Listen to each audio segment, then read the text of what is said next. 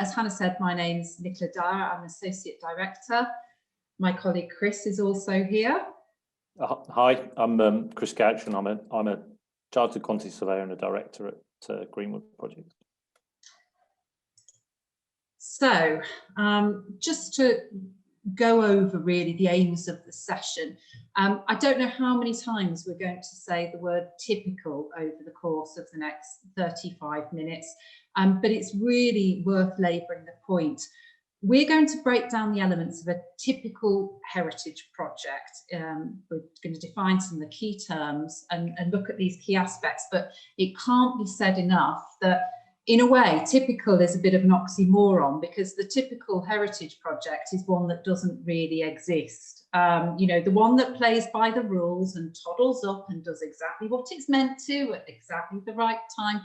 Well, I don't know about you, Chris, I've never seen anything behave like that in my entire life. So bear with us as we talk in great generalisations.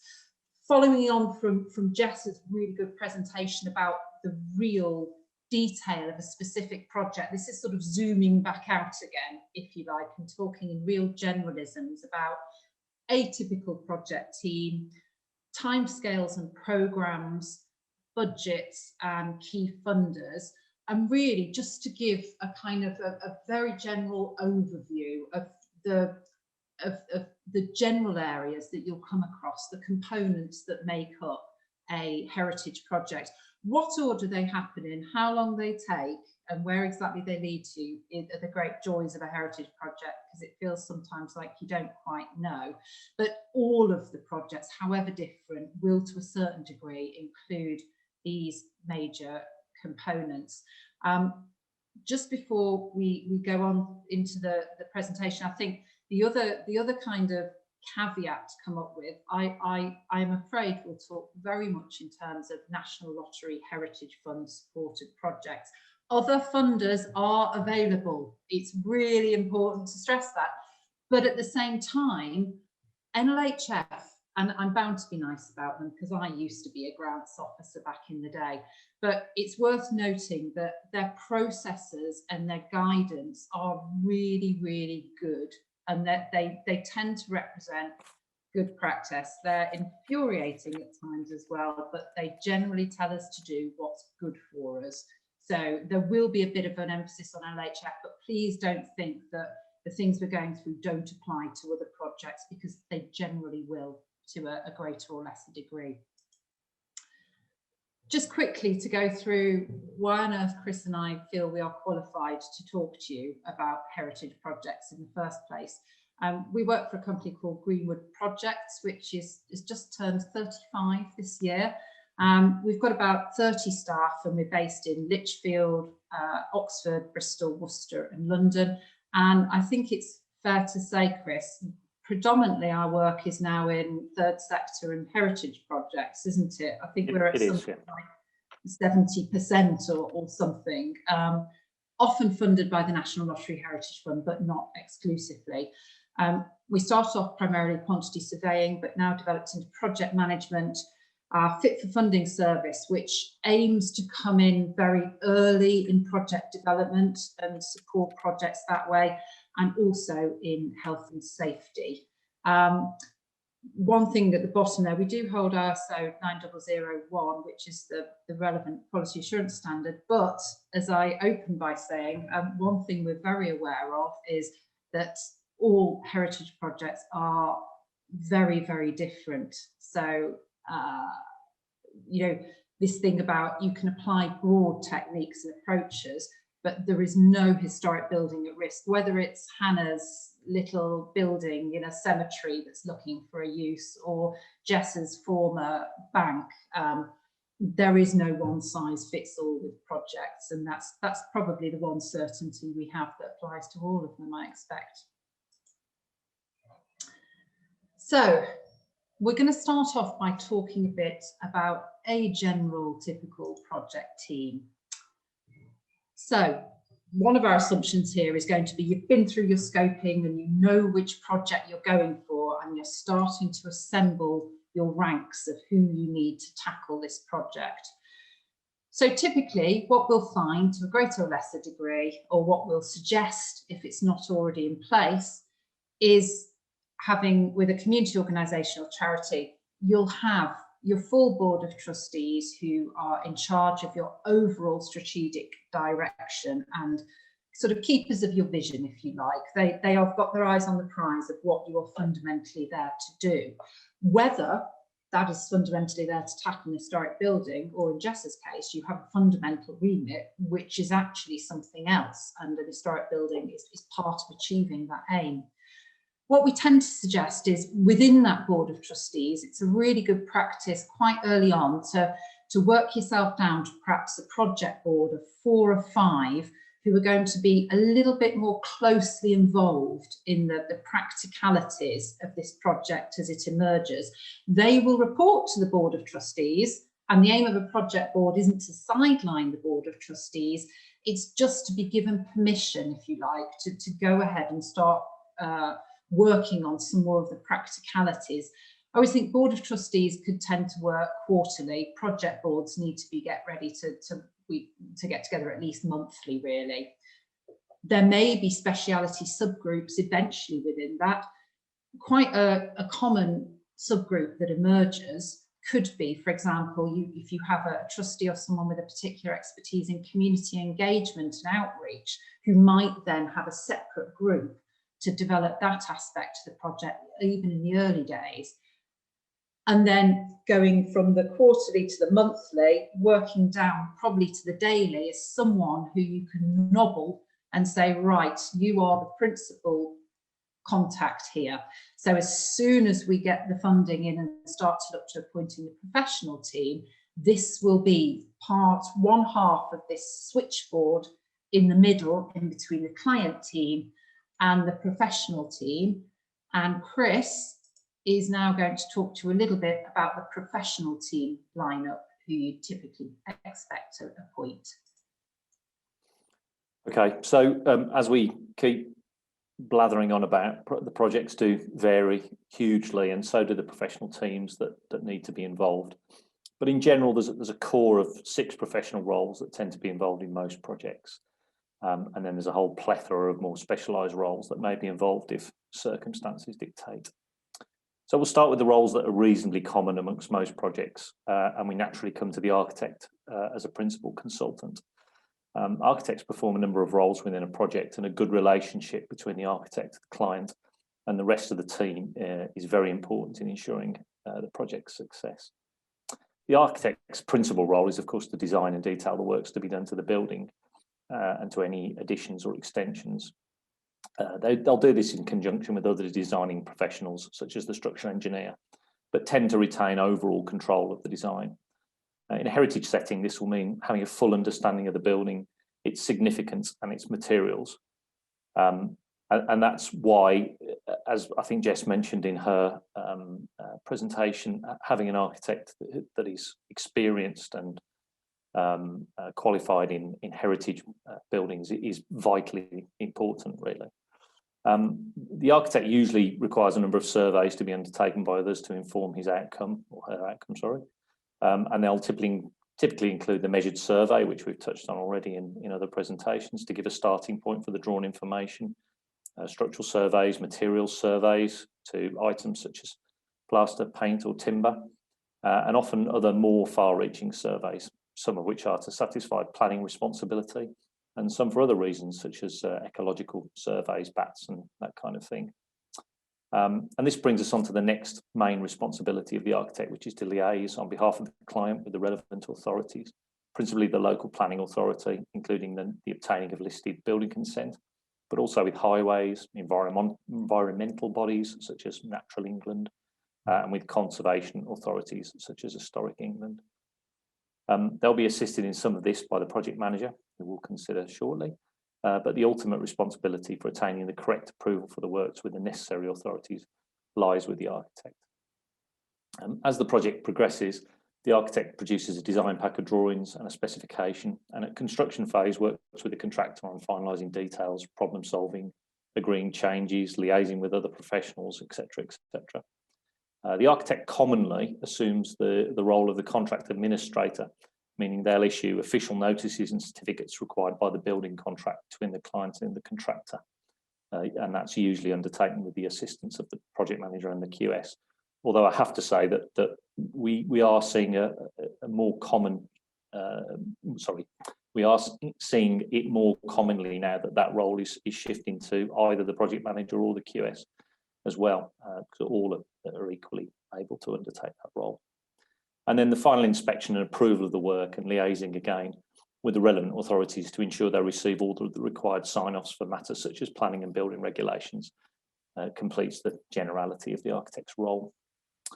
Working closely alongside the architect, virtually any project will be a structural engineer, and their role is concerned with, as you might guess, how the building stands up. As such, they have an interest in all of the main structural elements of the building, such as the substructure, everything below ground, the frame, the walls, the upper floors, and the roof. At the initial stage of a project, the engineer's primary role is in reviewing the building in its current state, diagnosing any problems with that building, then following up with a solution. To assist this, the engineer usually requires a number of surveys to be undertaken again, and that would include the initial structural appraisal, which they often undertake themselves, and things like timber surveys to determine the condition of existing timbers and structure. In any refurbishment project on an existing building, and particularly the sensitive setting of a heritage building, it's important that the nuts and bolts solution required by the engineer sits hand in hand with the architect's requirements on aesthetics. You should remember that, put very simply, a structural engineer's concern is making the building stand up and stay standing up. And in a heritage setting, this will have the added complication of retaining as much of the existing structure, such as, for example, the existing timber roof joists, as they possibly can. So it's often that you end up with repairs to existing structure that in some circumstances you might look at and think, why have they retained that? But it is all part of the listing or the fabric of that building. And if it's possible to save it, we'll save it.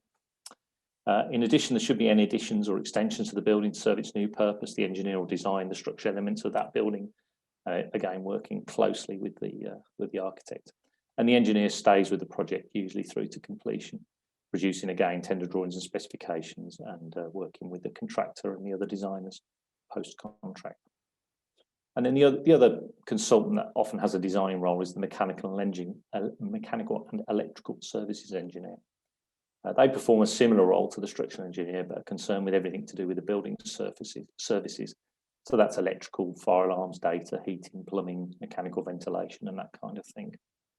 It's usual for M&E consultants to look to preserve as many aspects of the existing systems in a conservation project as they can, but that in a heritage setting is often quite difficult. It may be that there are no M&E installations within a building that's been out of use, or commonly any installations that are in, they have a shelf life because of their very nature.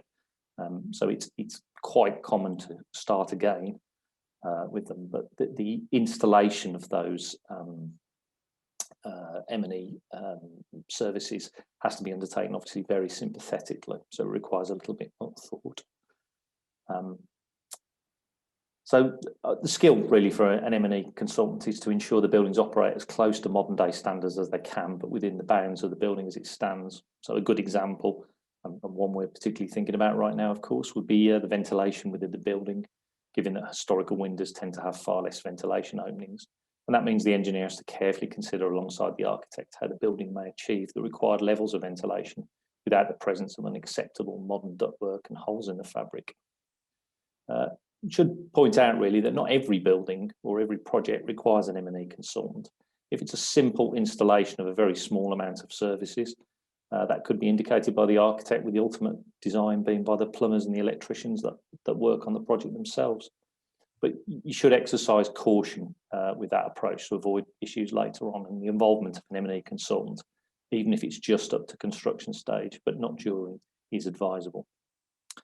And then we come up to my particular bias, which is the quantity surveyor's role. And that's one principle of dealing with the budgetary and financial aspects of the project. The QS engages with the project at the very beginning and works with the design team and the client to develop the budget as the project evolves, producing, maintaining and developing the cost estimate or the cost plan to ensure that the clients have full understanding of the likely magnitude of cost and providing necessary feedback to the various sources of project funding. The QS assists the designers to formulate the best solutions for undertaking the works by helping to achieve an appreciation of the likely cost implications of the various possibilities that usually exist to deal with each issue. And moving through the project, the QS prepares a pricing document based upon the design information produced by others, which is the document mainly used by the contractors tendering for the project to break down their tender price and allow accurate comparison between them. As the project goes to construction phase, the QS agrees monthly valuations for ongoing payments to the contractor and agrees the final account, and works with the architect to provide advice on the requirements of the contract itself, and will also assist the project manager in agreeing and implementing the correct way of procuring the contractor for the works, which is a very important point that I'll come to shortly. The somewhat confusingly entitled principal designer is the consultant responsible for ensuring the health and safety aspect of the project. Primarily, the consultants appointed to ensure that the client fulfills their responsibilities under the Construction Design and Management, or CDM, regulations. And these are the regulations that govern a construction project to ensure it's undertaken in a safe manner with its risks minimised. The role can be combined with other roles, as many firms offer the principal designer role as an additional part of their services, particularly the project manager, architect, or QS, or it can be an independent party. It's important, really important to note that ultimately complying with the requirements of CDM is a legal obligation on the client, and the responsibility rests with them. The appointment of a suitably qualified and experienced principal designer is the client's way of fulfilling this obligation. If we could just go to the next one, Nick. Oh, you've left out the most important one there, Chris. No, I haven't got to that one yet. Just the next, if you go to the next slide. Oh no, that's the one, thank you. And I'll pay some lip service now to Nicola by saying, crucially, we've got the role of the project manager. In a typical project, a project manager's role is to coordinate the other consultants to effectively ensure everyone is aware of all information and issues as they occur, and to ensure what needs to be done is being done, and to act as the main liaison between the client and other parties, such as consultants or funders, to avoid, figuratively speaking, everyone shouting at once. The project manager manages and liaises with the stakeholders to a project, i.e. all those with an interest, be these funders, end users, conservation bodies and societies. Critical tools for the PM are the Project Execution Plan, or the PEP, which is prepared by the PM and is essentially the description and method of how the project will be undertaken, and the project programme, the timeline by which the project will proceed, which is a hugely important tool to ensure deadlines are met and the momentum maintained. The project manager generally chairs meetings between the various parties and takes minutes as a record. The PM's role remains intact throughout the project, and at construction stage, the PM is the conduit for information to ensure a smooth flow, and will engage with all parties, including the client, funders, design teams, stakeholders, and the contractor. The technical aspect of the work is undertaken by each of the other consultants or the contractor, but the PM's role is to ensure that this continues unhindered and in a correct manner. And you can see from that chart there how everybody connects up, if you like. So the project manager there on the left-hand side sits alongside the project board and above the QS and the architect and the other designing bodies, and that's how it all sort of links up. So there are a myriad of other potential consultants that can be involved in the project. That includes specialist conservators dealing with things like plaster analysis, paint analysis, stone selection, stained glass conservation, and the like. There's ecology consultants, drainage consultants, asbestos surveyors, and so on and so forth. And there's also a complete branch of consultants concerned with the implementation of the scheme, its community, public involvement and engagement, and consultants to provide necessary feedback for Nlhf or other funders, such as evaluation. The list really does go on, and is only really established once the project brief is clear and the requirements of the project become apparent. But advice on what is required will generally be given by the PM and the architect. And then, of course, someone that I haven't listed on any of the slides, but is a vital member of the team, is the principal contractor. So selection is key for a principal contractor and should initially be based upon suitability and experience, with a tendering process adding the key value element. But I'd sound a real cautionary note here that although price is, of course, and I'd say this as a QS, very important, of great importance also is the experience element. and the contractor selection process that can include various things such as an expression of interest or an EOI document, and a pre-qualification questionnaire, which we've touched on previously, ensures the contractor selection is right for the project. It's also advisable and something that we always undertake to have contractor interviews at post-tender stage. And within this, the most important thing is to make sure that you interview the proposed site manager, because no matter what anybody else says at construction phase, the most important person is the site manager. A project will live and die on how good the site manager is. And having just come off the back of a project where the site manager left 8 months before the end of a very long project, and the project was unbelievably painful to get over the line towards the end because the replacement site manager was hopeless. I can tell you that that's a really important thing. Okay. Just looking at these lovely people very proudly holding their pens that we've just taken delivery of is the Evesham Abbey Trust, with whom I'm currently working.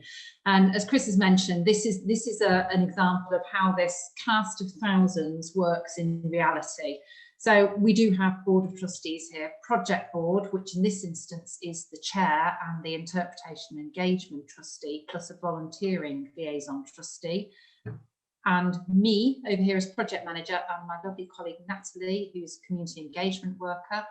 And then down here, you've got the kind of capital business end of things. We're just about to appoint the principal contractor and go on site over here. And then over on this side, with the community engagement worker, the volunteers and the archaeologist. The liaison here with the archaeologist is really important because the archaeologist, of course, is there for statutory reasons. We're dealing with a scheduled ancient monument and listed buildings in this example, and a lot of subterranean archaeology, but they're also part of the engagement project, because one of the great strengths of this, it's a National Lottery Heritage Fund supported project, is the opportunity it gives for the community to engage with their heritage through archaeology.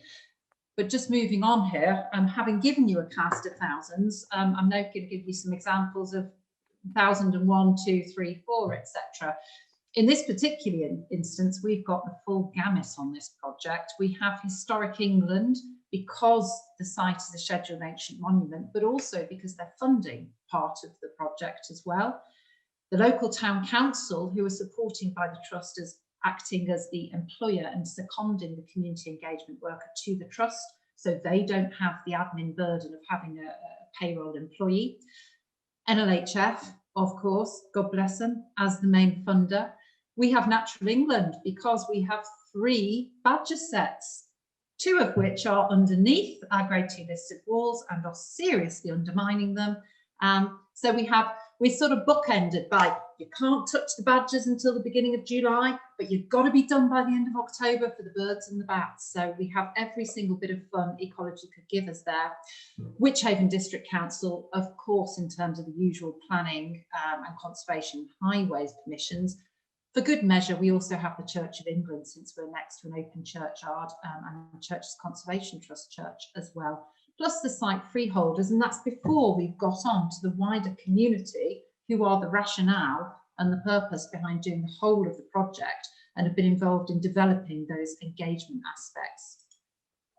So moving on to programme here, and this is where we do talk in very, very general terms. So I'm going to whiz you through an Nlhf, National Lottery Heritage Fund project journey very, very quickly. This could change depending on anyone's project. So this is in very broad terms.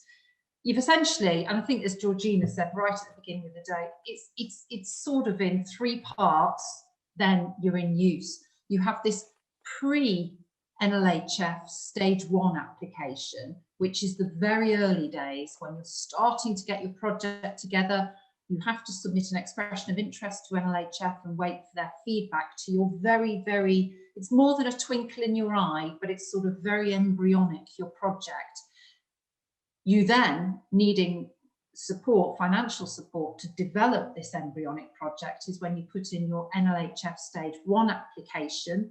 And as part of that development stage application, you're looking for funding to develop your whole project up to planning stage, essentially, at which point you put it in for its stage 2 application.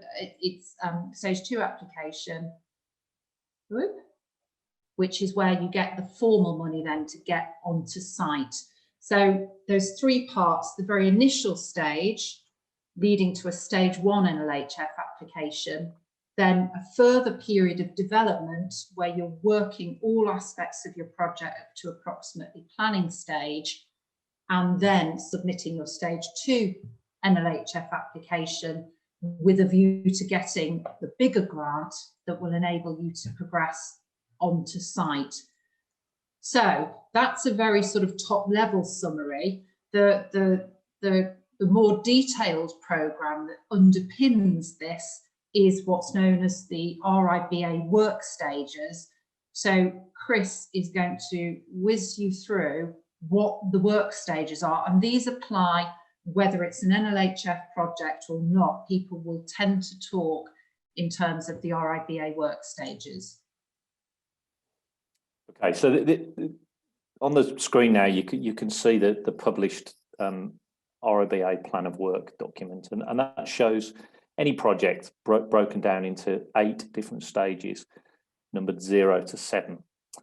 So very briefly, the stages and their definitions are as follows. So stage 0, the very first stage, is the strategic definition, and this is the first step really. It's essentially where the outline requirements and the beginnings of the brief, i.e. the agreement of what the headline requirements of the project are. It's hugely important because at this stage, the shape of the project is determined. And commonly at this stage, there's no consultants other than perhaps the project manager. It's on the written brief or scope produced here that they are procured. It also marks the point at which initial budgets and the business case for the project may be commenced. And in essence, the completion of stage 0 concludes with the decision on whether to initiate the project or not. You then move to stage 1, which is preparation and briefing. And from the initial scope that you establish at stage 0, the brief's firmed up. Alongside this, initial concepts will be developed, usually in the form of basic sketches, and the first establishment of a likely cost for these stages are prepared. This enables the viability and the reality of the brief to be questioned. And at this stage, the PM will prepare the PEP, the project execution plan, and the initial programme as the project begins to take shape. And you may start your initial surveys at this particular stage. And then stage 1 leads into stage 2, which is the concept design, which is a further development of phase 1. As more details added to the concept, the brief's finalised and agreed, and costs are developed further alongside further design and programmes. You may now move into more detailed surveys as the more exacting requirements of the project are firmly established. And commonly pre-application planning advice, which is the guidance from the planning and other authorities that the proposed concept in principle is acceptable, is often sought at this stage. And then that leads into stage 3, which is the spatial coordination. And that again is just a step forward from stage 2 as the design progresses. The coordination of the design from the various consultants is put together and the costs are further refined. Usually at this time, the PM will coordinate the initiation of the process to source a suitable contractor by issuing the expression of interest document and a PQQ, a pre-qualification questionnaire, which are documents that are issued to prospective contractors to gauge their interest and their suitability for the project. And the way in which the project is funded will also dictate this if the project's in receipt of public funding, such as from Historic England or Nlhf, then you may have to advertise the project nationally via an approved means. And this stage usually completes with the submission of the planning and the listed building application. So stage 0 is where you're deciding whether to do the job. Stages 1, 2 and 3 are your development stage of the job, from yes, we're going to do it, to completing at stage 3 a submission of planning and listed building application and knowing to a reasonable degree what your costs are going to be. And then stage 4 is a whole other stage. This is called the technical design stage, and it's where the design team prepare the detail of the design and the tender information. So that might be drawings, specifications, schedules of work, etc. And these are produced to issue to contractors for pricing by whatever method of procurement of the project that you've agreed. Heritage projects are very commonly procured by what we call traditional procurement, which means contractors are invited to submit prices on the basis of all the documentation issued to them, and all the design, or the vast majority of the design, is done by the consultants. So once the tenders are back from the contractors, they're analysed by the QS, who produces a report for consideration by the client and the team. And then this can lead to the contractor interviews I mentioned earlier, to establish the successful contractor for appointment. Alongside these processes, the PM and the client will liaise with the funders for approval to proceed, and the architect issues the building regulations application and deals with any pre-start planning conditions. And then we move into stage 5, manufacturing and construction, the bit where the contractor appears on site and builds whatever he's building. So this is alongside the physical construction, the team and the client liaises with the funders, planners and other bodies and stakeholders as the project continues onwards. And the completion of this phase is where the project is ready to hand to the client. And then stages 6 and 7. 6 is the handover. This is where the building is handed from the from the contractor team to the client for use. And alongside this, the architect resolves any outstanding planning and building regulation matters. The PM coordinates all final matters with funders and stakeholders. QS agrees the final account with the contractor to close off all financial matters. And the principal designer manages the production of the building manual, which contains all the pertinent building information for handing to the client. And finally, the design team manages any defects that arise and ensures that they're dealt with accordingly. And then stage 7 is the best bit for everyone. That's when the building's in use. And that sees the building in occupation and use, and can deal with any post-completion aspects, such as post-completion appointments, evaluation of the building, use outcomes and the like. So stage 7 doesn't finish. It carries on all the way through the use and the life of the building, and only ceases when the building is proposed for another use or upgrade, at which point the cycle returns again to stage 0. Chris, of course, has forgotten the most important bit, which happens between RIBA stage 6 and 7, which is the opening party, which frankly deserves its own work stage, because that is the whole point of the exercise. We're pushed for time now, so I'm going to whiz through some of these. As Chris said, it's all about this early stage section, the work you do during the development stage, so in between stage 1, Nlhf application award, and stage 2 application. So effectively, it feels like so many documents, but in a way, it's all the outlines growing each time. So it's not fundamentally new, it's just how they develop as the project develops. Now we have, I think we've got about 10 minutes left. We're just going to talk a bit about the money, and this will include funding as well. Very, very quickly, because this is Chris's area, I'm just giving you a really, really approximate, not based on any real life at all, budget, just to show the typical headings in an Nlhf or other projects, broken down into capital works, including the physical works that your contractor is going to do for you, and the associated professional fees, which Chris has outlined and we'll talk a bit more about in a moment. A very generic activity. I remember there was one thing when I worked for the Heritage Fund, and still get asked now, is what's the proportion of activity engagement you need to capital works? Of course, there is no sum behind this. It's all that wonderful word proportionate.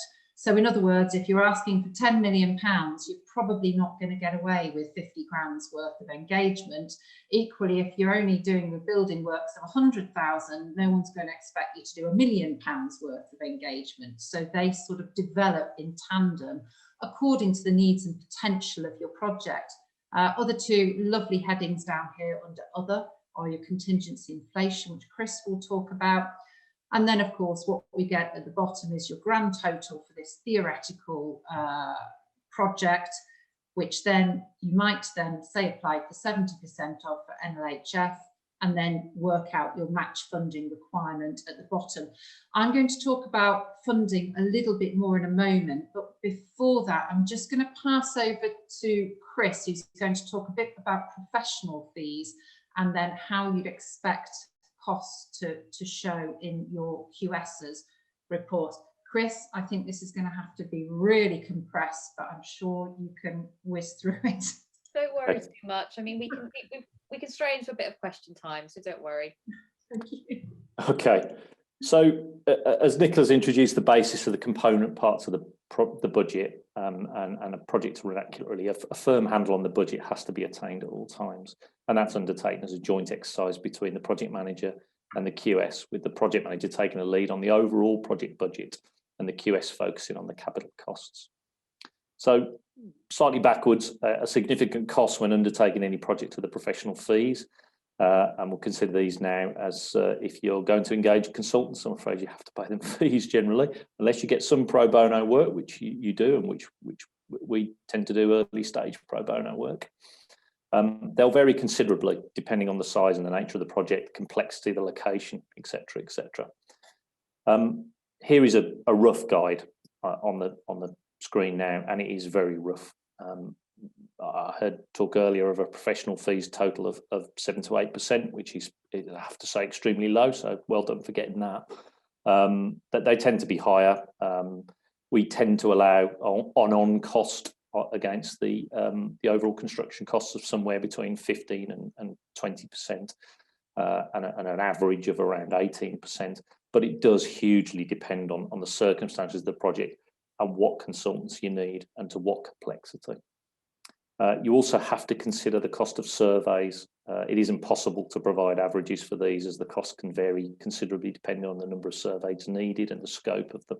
So a measured building survey, for instance, can cost from around £2,000 for a simple survey on a small building, up to £30,000 plus for detailed surveys and elevations of large and complicated sites. I'm sorry to say that heritage projects tend to attract more than their fair share of survey information because of the nature of the buildings and the established nature of the environment in which they sit. So you must make a generous allowance for them when considering early budgets. And then there's the aspect of statutory fees, which includes planning, listed building regulations, etc. Planning is always via the local authority, and the fees are set based on the nature, value and type of the project. And building regulations can either be undertaken by the local authority or a licensed private firm, a building inspector, and it's usually worth exploring the costs with both. There can be other statutory fees as well, such as highways, and they'll be determined at planning stage. So the cost of undertaking the works and the capital or construction costs of the project, and they're the largest aspect of any project's budget. At ROBA stages 0 to 3, these costs are estimated by the QS based upon information provided by the design team and discussions between the design team and the client. And they're estimated using a combination of the QS's experience, costs from previous projects, published data, and quotes supplied by specialists and suppliers. Cost plans, as the capital cost budget is called, evolve and become more detailed as more information is available. And at stages 0 and 1, QSs can utilise a cost per metre squared approach. Go to the next slide, please, Nick. So this is a typical example of a project that I'm currently working on, and it's the partial rescue and redevelopment of a site that used to be a lovely Art Deco cinema in a suburb of Birmingham. But the photo on the top left shows the building as it was, albeit it had actually changed to a bingo hall by that time. But the building was unoccupied for many years, the subject of a bitter dispute between developers, planners and a preservation trust. And as you can see, there was a major fire. And that destroyed most of the auditorium. So that photo on the bottom left there is what was left at the end of that. So our client subsequently purchased the site and is seeking to retain and repair the front of the building and redevelop the site for the rear of the site for residential use. Next slide, please. Thanks. So on the left is a summary sheet of the feasibility plan. At this point, the project's at very early stage 1, and we've got very limited information. So you can see from the number at the bottom that it's a pretty high value project. And as such, the brief nature of this cost plan shows how little information we're currently working with. To put this in perspective, we're currently working on a project at a Grade 1 listed house in Oxfordshire to undertake some repairs and some minor alterations internally.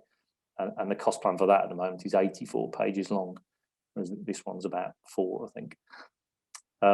So this acts as a useful initial guide, but you must exercise extreme caution when it's at this level, because it really is for rough guidance. So as an example of that, on the right-hand side there, you can see one of the summary sheets that feeds into that. One of the detail sheets that feeds into that summary there. So this is the new construction, which is number 3 on that summary, at just over £12 million. And really, what we've done there is utilise areas and cost per square metre. So there's a common perception within the construction industry that things always cost X pounds per square metre. And there's a lot of published data about that, but they're based on very specific circumstances, have to be treated very carefully. So a good QS moves away from such costs as soon as they possibly can and deals with the specifics of the project, but that can only be done once you have sufficient information. So we move on to the next one. This is another project that we're currently engaged on, which is at Boston Lodge Works for the Fustinio Railway. And the photo on the left is the works, the overall site there as they currently are. And there's a great number of buildings and external work scheme that connect them all on this particular project. In preparing the stage 2 and 3 cost plans for this project, we've prepared individual cost plans for each building and one for the external areas and drawn them into a summary. The photo on the right is what they call Building H10, which is the original barracks house of the works, which was constructed to house the men who constructed the works, the line and the breakwater over which the line enters into Port Maddock. Next one, please, thanks. So here is a typical example of a stage 3 summary cost. And this is just the summary. And you'll see immediately the much greater extent of information shown. Each of the headings in the summary is further backed up by a detailed split, which deals with as much information as is pertinent at this stage. And you'll be focusing mainly on costs drawn from experience, quotes, etc. And that's where the QS's experience is hugely benefits the process. A QS could be extremely competent, but if they've only dealt with a new warehouse construction, for instance, they're unlikely to be well versed in the cost of Welsh slate or lime plaster, and vice versa, of course. A note of caution at this point: the cost of materials and trades involved with conservation projects is higher than standard construction, and any prospective client needs to be aware of that. So the cost per metre squared to plaster a wall in gypsum plaster is about £25 a square metre, whereas to do it in lime will be closer to 90. So you do need to be aware that you're talking about higher grade construction, which attracts a higher price. You also need to make allowance for items that form part of the works but sit outside of the main contractor's costs, and that can include asbestos removal and most tricky of all, main services costs for gas, water, electricity and drainage, which are very difficult to estimate with great accuracy, as the costs vary hugely, and quite frankly, what day of the week it is, sometimes they're very difficult to estimate properly. And then in addition to the individual building elements, the QS has to make allowance for prelims, contractors' prelims, and this is the on costs associated with undertaking the work, but not always directly related to an individual element of work, and include things such as the site management, hoardings, fencings, offices, toilets, storage, temporary setup, all that kind of thing. Scaffold as well is another large element on this, particularly if it's a building such as, for instance, a church, which is likely to be higher and therefore have a more complicated scaffold. And we tend to separate scaffold costs from prelims. That in some instances they're pushed together, but it is such a significant element of cost that you need to allow.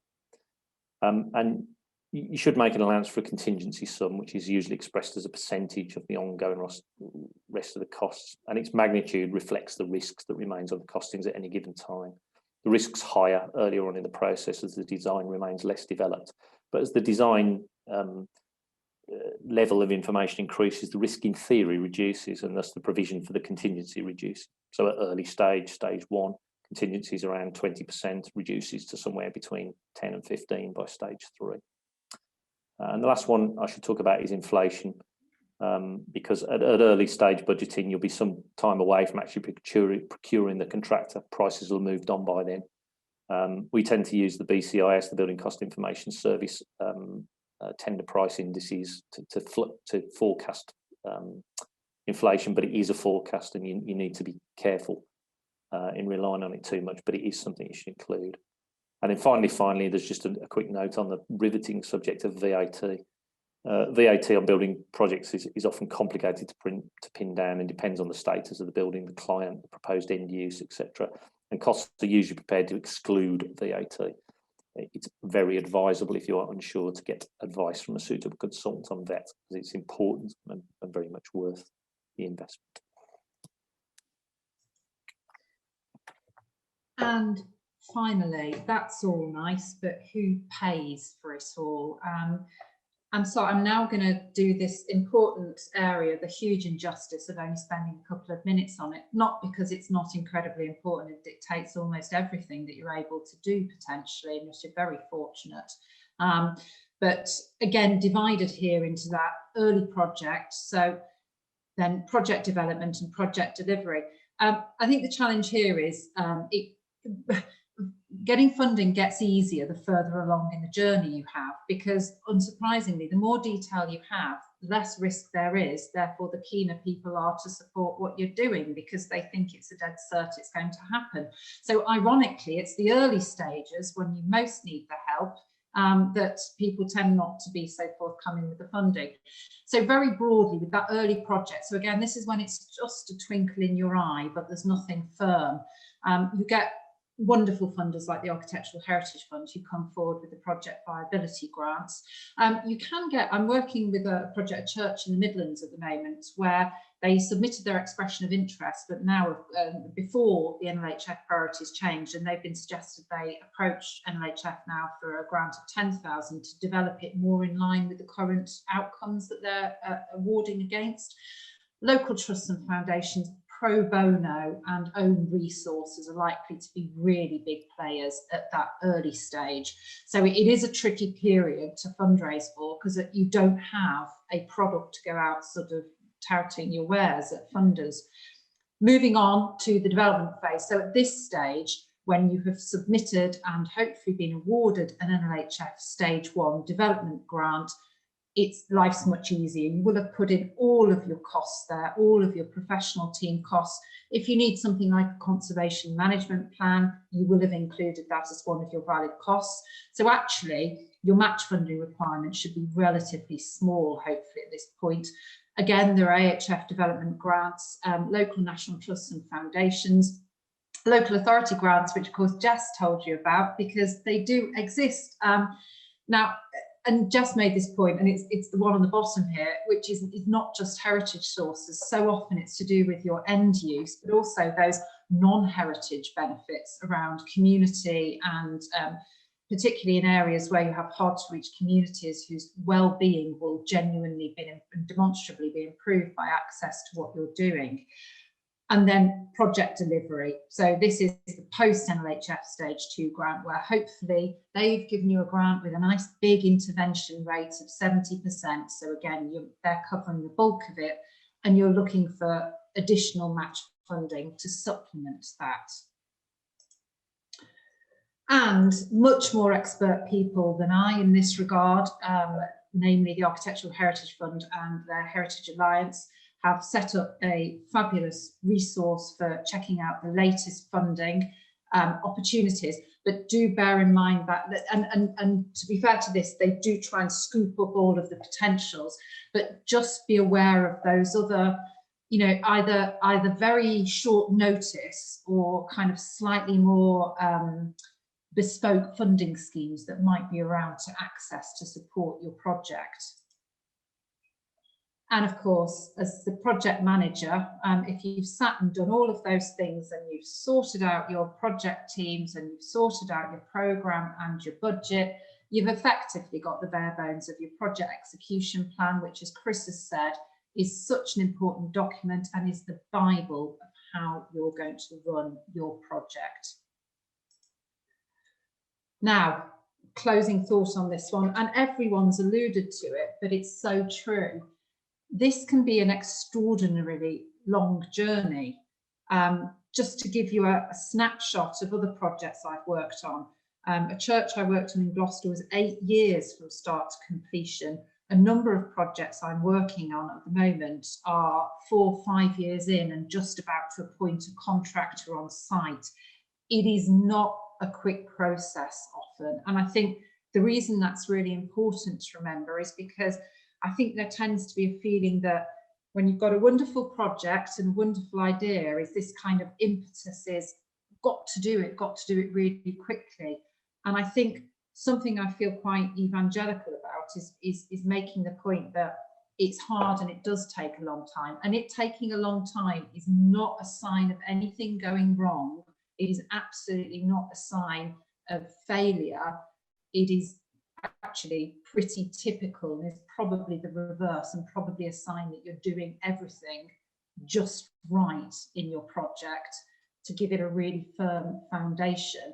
And the fact remains, and as Chris and I have seen, as we know from Jess, people achieve, frankly, miracles in the realms of heritage project management. So notwithstanding everything we've just chucked at you, you can do it, and the best of luck in doing so.